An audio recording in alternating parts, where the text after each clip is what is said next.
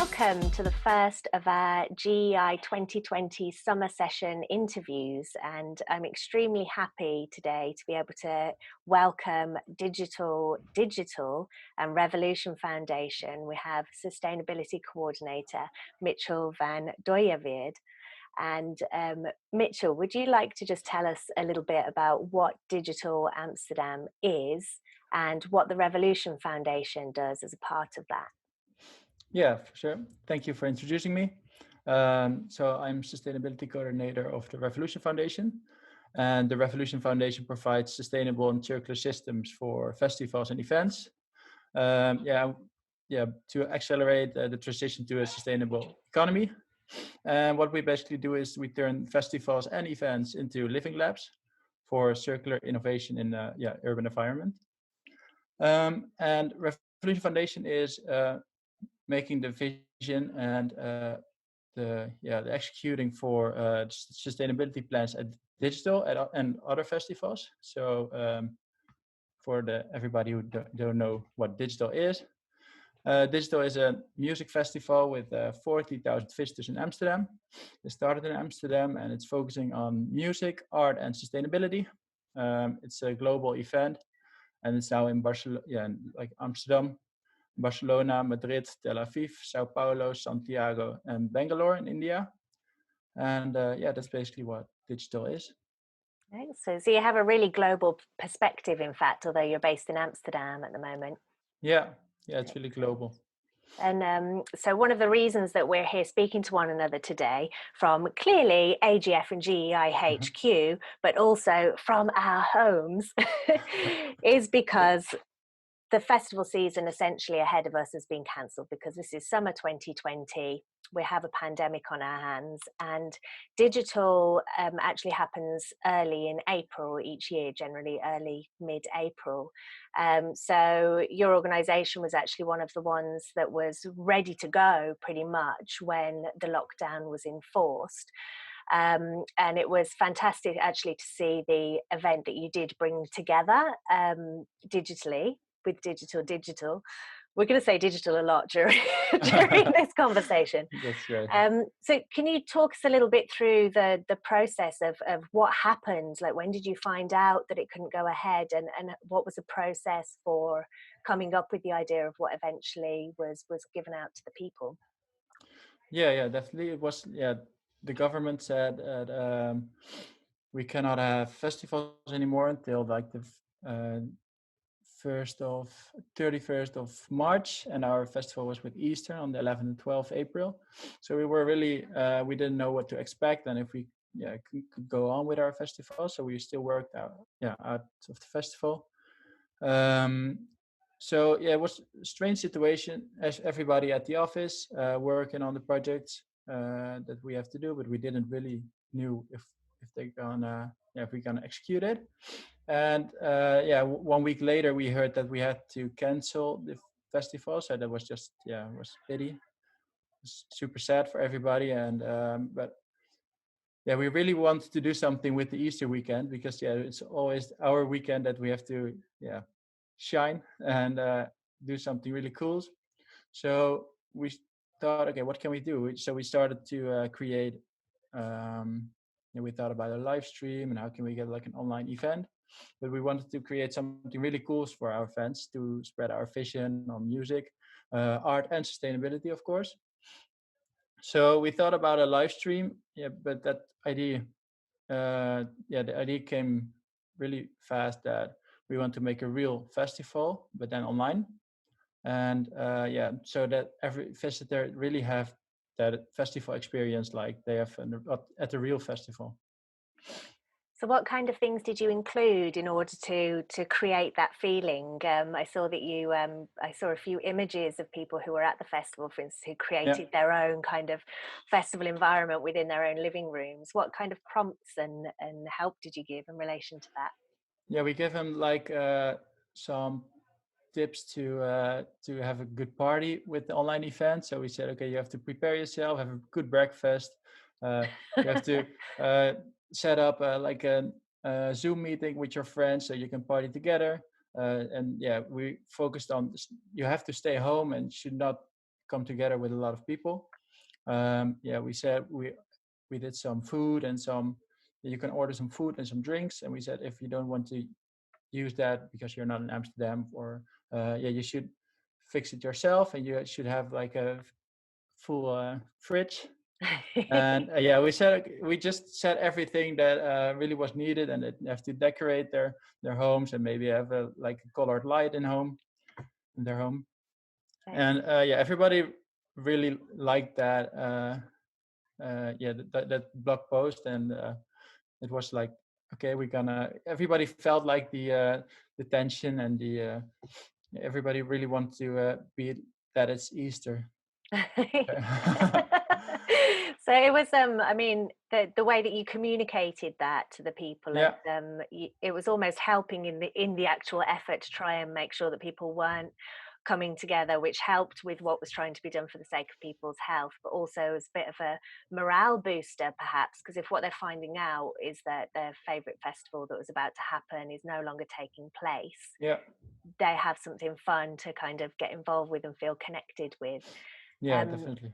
I mean, how did you actually go about setting it up? Because you had a really short timeline, and you hosted DJs from many different parts of the world. You Yeah. also had that interaction with the audience as well, and broadcasts from within the digital organisation. So, what was the actual production setup for it? Did you need to bring anything in, and which platforms did you use? We streamed to YouTube, and then everybody could tune in, and we send it like an embedded video on our website. So we make a special website for it. The DJ sets were pre-recorded, so we could edit it a little bit, and we could make it really cool. 1 day long stream, and basically that was everything we needed. Because all the DJs recorded themselves. Some in Amsterdam we could help, but most of Mhm. them did it ourselves. Okay, Did it themselves. and how did you get the audience connected into it? Like, 'cause you had images and things coming in from people's own homes as well. So how was that connected in? Yeah, we had like a hashtags. They say stay, keep this stay digital, and everybody use that hashtags. And we YouTube, you could reply on YouTube, and everybody was talking to each other. It was really fun to see that. It's like, oh, you left front, yeah, I'm left front too. And so shall we go to the bar in a bit, or where shall we meet next to it? Or it was really fun that everybody could talk to each other and could walk to another stage. It really came close to the real festival experience. A real feeling.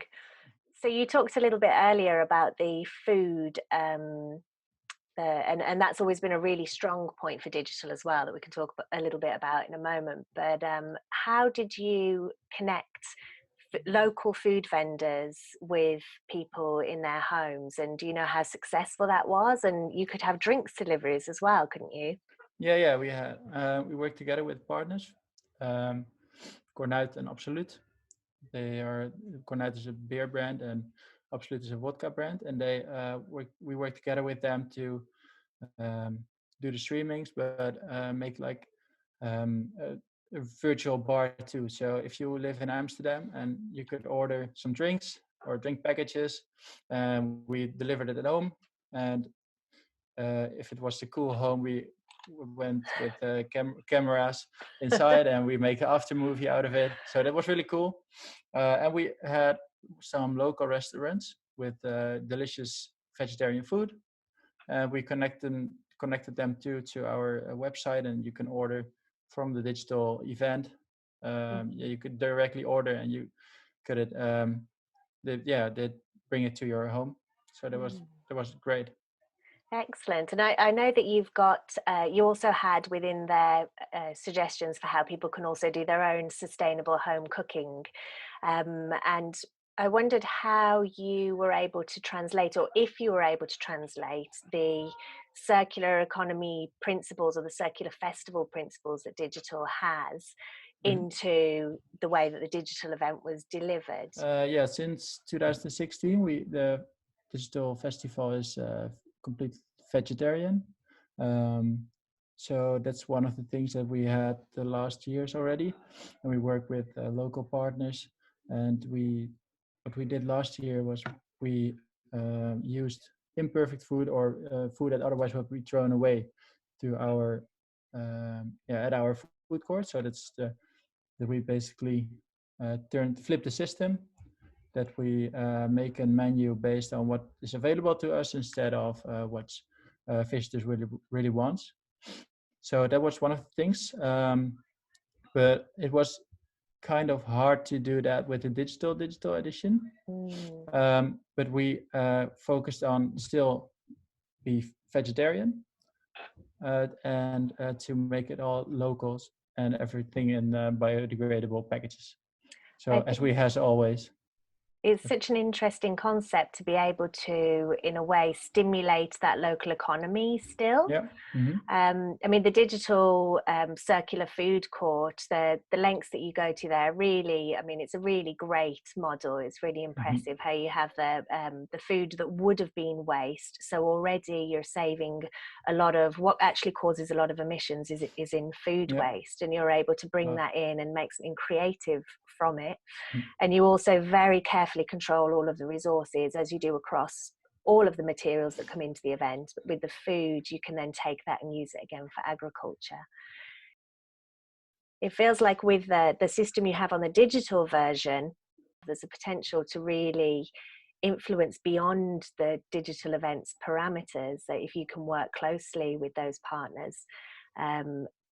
Have you considered potentially even taking that model into other countries where the festival isn't hosted, but where you have a lot of audience, for example?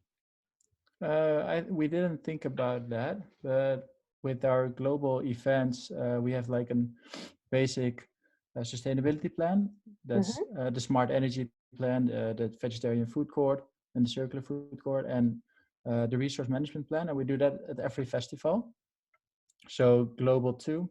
So I think if we have some time to think about those things and maybe want to do a more global online live stream, but maybe more locally focused, if you know what I mean, then we can do something like that too, maybe. But we did not think about that. Yeah, it was with the digital. It was we had like 15 days to produce it, so we did not focus on every sustainability detail, but we tried to do our best on that and to do everything that we could do within the limited time. And so how was it those 15 days when you were really thinking on your feet? What were some of the biggest challenges or hurdles in managing to pull this off? It was the first week that we worked from home, so that was a really strange situation. It was quite new for us, and everybody.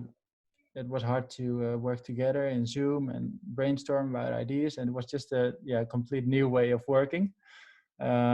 So that was, I think, a hurdle, and that we were kind of a little bit disappointed about that.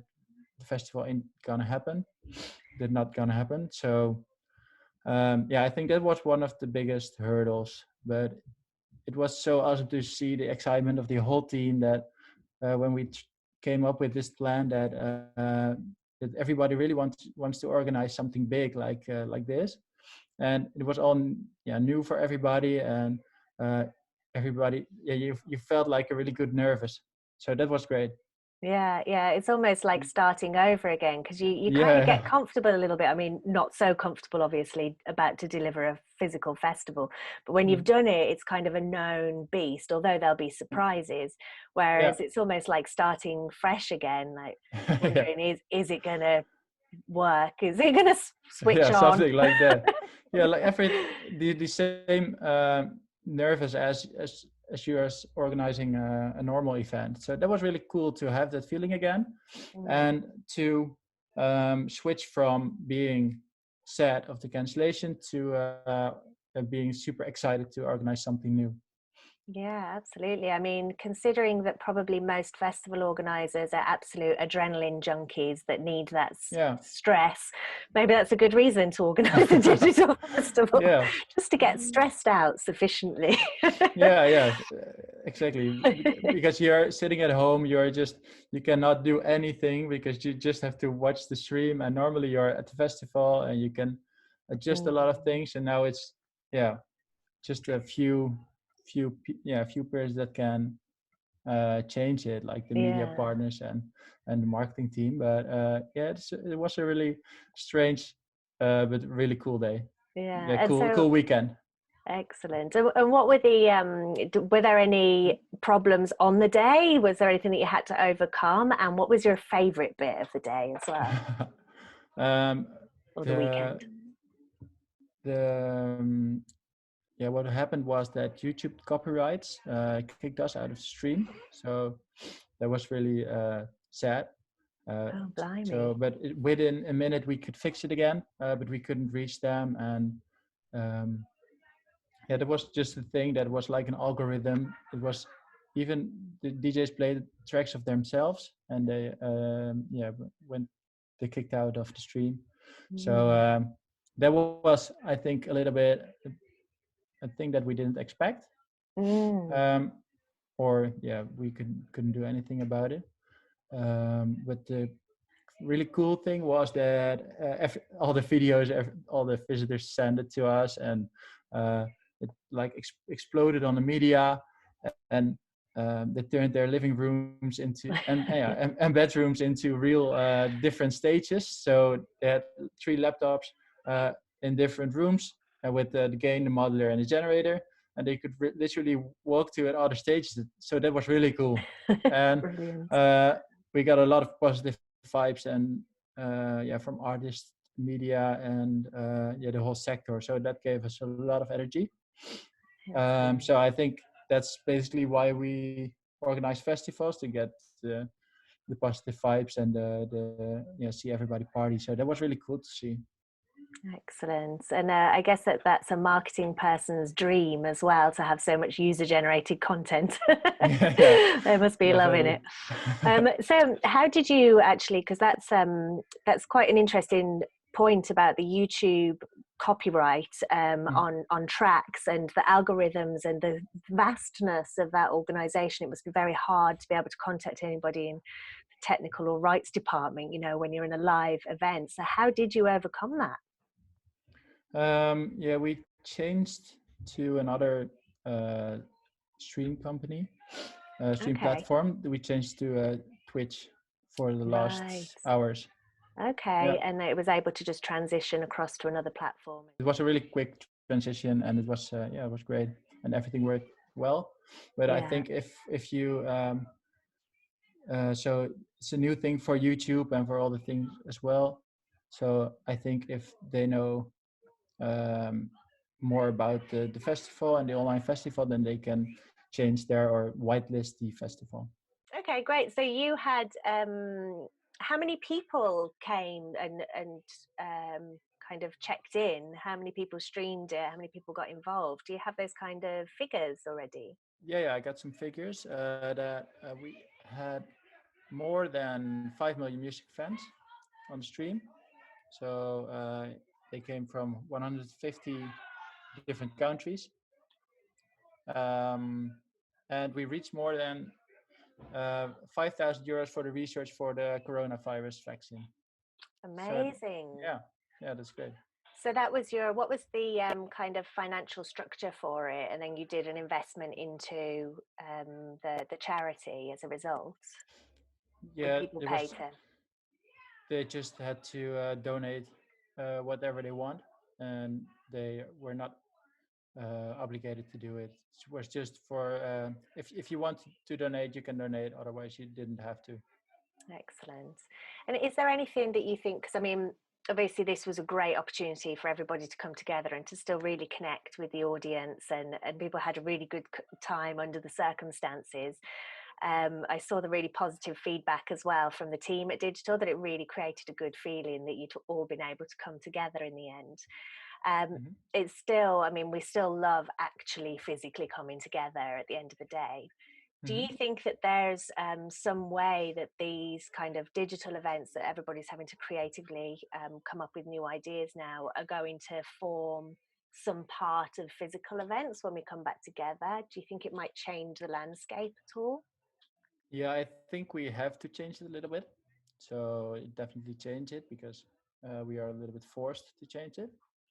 Like we organized digital. Otherwise, we didn't. I think we didn't do it this Mm. year. But I think for a lot of, like, we have a reach of 5 million um, music fans. It's so big for us. Normally, we have 40,000 visitors at the festival, what is a large amount already. Um, but if we can make a live stream during the normal festival, that would be, yeah, awesome. And then you have cool hybrid event, I think, and with a big reach, and everybody Mm. is not able to travel to Amsterdam or to the other festivals that we have. Then they can just watch it from their home. And maybe some people, um, they tried it now for the first time, like an online festival, and maybe some people like that more than being in a big group of visitors. Yeah, I think for some people probably they would Yeah, actually prefer to just be like, I'm going to stay on my sofa with my slippers and watch it from here. To be yeah, fair, there's a lot of people that yeah, really want to get stuck in as well. yeah, yeah, yeah. Yeah, for some people, it's, yeah. I think the experience of meeting new people and seeing each other live is really hard to. Yeah, I think that's really a different thing than all the online things, online Mm, events. I think absolutely. everybody really likes to see each other and meet each other in life, real life. So I Mm. think that will won't. Yeah, it will change a little bit, but we definitely want to focus on those events. And so prior to all of this happening, obviously, I mean, digital has been at the forefront of trying to push sustainability within festivals for quite some time now. I think in 2013, you started on the programme for the Circular Hmm. Festival. You've worked with AGF doing the assessments during that time. I mean, what's your journey been and what's your experience in relation to the evolution of sustainability and working with various partners? Yeah, we started from some small interventions like using our plastic cups for at the recycle factory to make uh, glasses, sunglasses out of it, and yeah, it came more like a strategy instead of just small interventions. And I think it's really cool to see that growing, and that we got like the 4 stars out of you, 4 stars for our sustainability plan. And the award for the best food sustainability. Really good to have those, yeah, like a cherry on top for us because it's, yeah, we put a lot of work in it, and the awards are really inspiring the whole team, and AGF really keeps us, um, yeah, strict to our policies and keeps us improving. So that's really cool. Excellent. I know that often you wipe your brows with the number of questions that we're always asking, so Yeah, we a never lot of stop. questions. Sorry. That's good. That's good. Can you tell us a bit about how the Revolution Foundation was involved in the creation of the digital event? Yeah, definitely. Normally we have like 400 visitors, volunteers at our festivals to help us with our sustainability efforts. Um, and we thought we should do something for them because they, yeah, we canceled them, and so we organized a lecture for them. And then we thought, okay, maybe we can add this lecture to the digital, and so we talked with our marketing team and we shared our vision, and they said, okay, we can, you can have a platform where you can mention your plans of 2020 and talks about your vision, yeah, regarding sustainability. So it was kind of a fourth stage of the festival. We had 3 music stages and one revolution talk stage. So that was really cool to do. And all the volunteers were on Zoom. They could do a Q&A for us. And so we give them a lecture and we recorded everything for the visitors of digital too. Excellent. So there was an actual sustainability kind of stage in a way with different content and also interaction amongst the volunteers. Yeah, it was the first time that we had like a conference during the festival, so that was really cool. Yeah. So Hmm. I guess that's one of the ways that with the digital event you can still use that platform as a way to give the message of the different concepts of the circular festival for sustainability, and also to keep that community together of all those volunteers that are normally the lifeblood of the program. Yeah, and we our suppliers for the sustainability plans, they could say something too. So we had 5 talks. One of Xander, who was making the vision and thought about how the vision came, into the vision that it is now. And I talked about the food court. Um, Paul Schuring talked about the smart energy plan. And then we have a circular sanitation project where Samila and Fides were talking about. And we had Leonie talking about the resource management plan. And Timon, he is the manager of the volunteers. He said something about managing volunteers. So that was really a complete program and a good conference, I think. Excellent. Do you think it's something that you might bring into the physical event? Yeah, we did a conference this year for the first time, 2 months before the event, Okay. with all our suppliers, and then we had like one plenary session, and 6 breakout rooms. So that was it was the second time that we did it, but it was the first time that we did it like this big, Mm. like make it a real conference. So I think we will do that every year from now, and hopefully we get a stage at the real festival too, if we are not too busy to work to work the plans out. That's the thing. Be Because careful how much you put on your plate. Yeah. because it's always the most busy day of the year during the festival, and we have to we have the tours already, so that's really cool. You did a tour, right? Hmm. Yeah.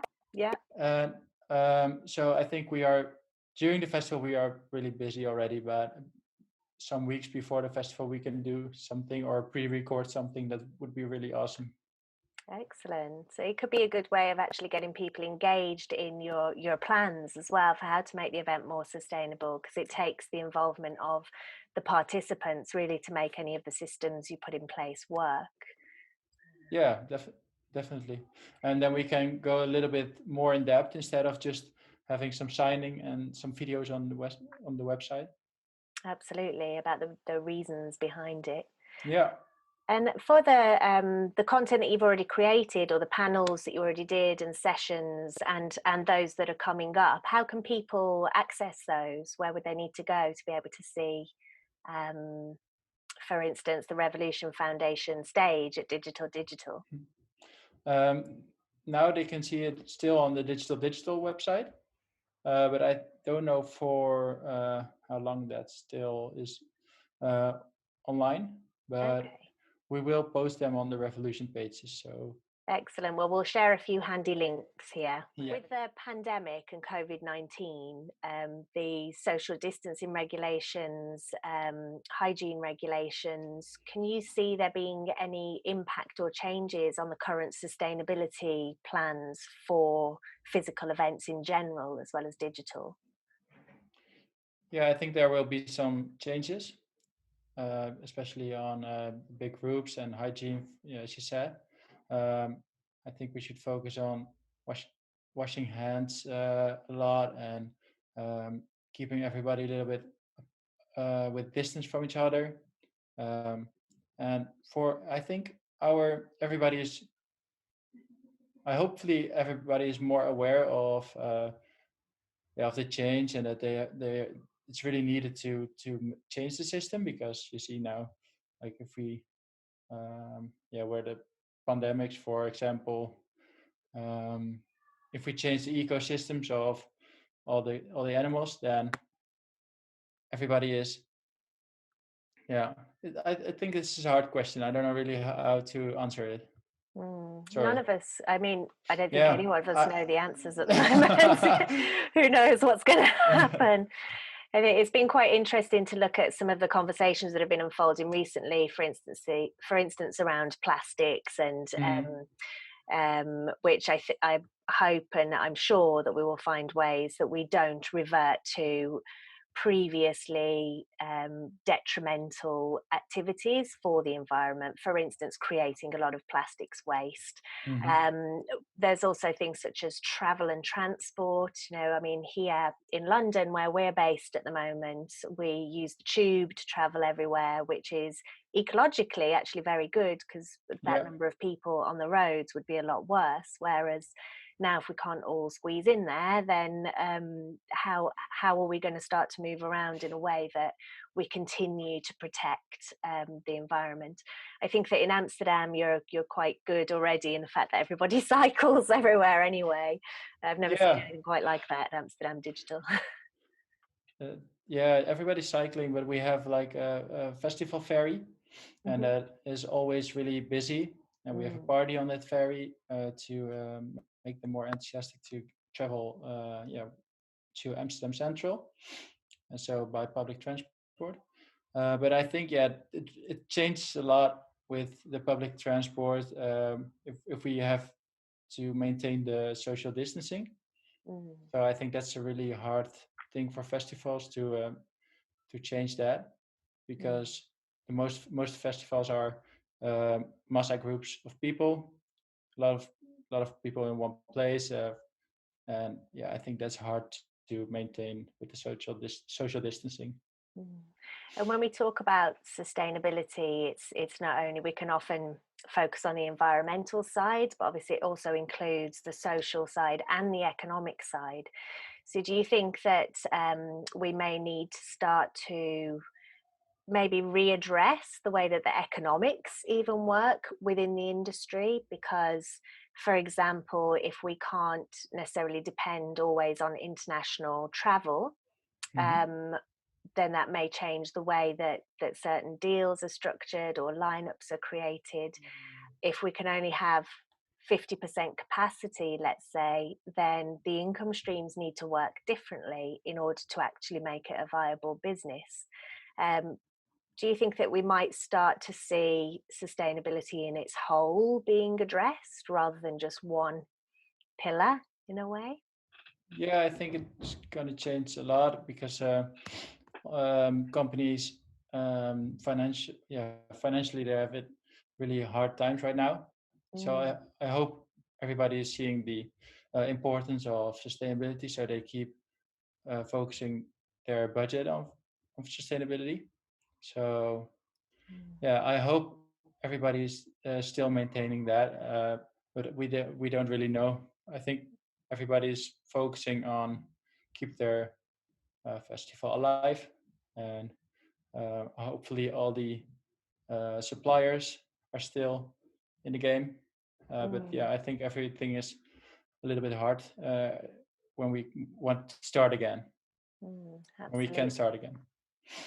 Hopefully there will be some support that recognizes the value of the creative industries essentially. So that's that social element as well. We need to be able to nurture the culture. So if it's not going to be a capitalist lucrative system, then perhaps we need to find a way that it can be supported without needing to borrow from the environment and borrow from society. Yeah, definitely. Yeah, we should make some new plans, and don't use a lot of virgin materials. So we just keep everything in the loop, and make, yeah, completely new business plans if we have to work with the distance. So Absolutely. I mean, maybe that local connection is going to be a big positive yeah, for sustainability, for economy, for social impacts, and for ultimately for biodiversity. I mean, I yeah. think that this could be one of the positives.